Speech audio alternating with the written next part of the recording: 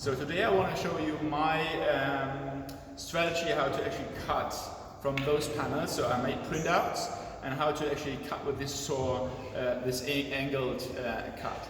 So what I was coming up is actually like a normal ruler. I was drilling a hole here, taking like this drill, placing it here. So this one tool. The other tool is like I modulated like with some kind of rubber to hold it.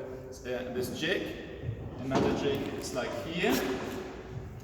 Yeah. So this is a jig. You have to keep really was it like importance like to have this very tight so that there is no play. Yeah. So and then here is like this surface for small pieces. It's also like rubber. So I assemble everything. So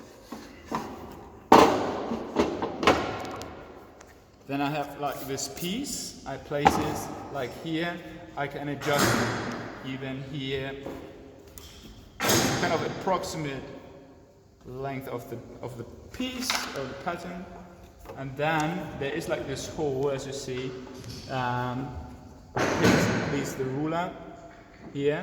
Fix it with my hand, and then adjust like very precisely the line of it. Get away with the ruler. And now we take action.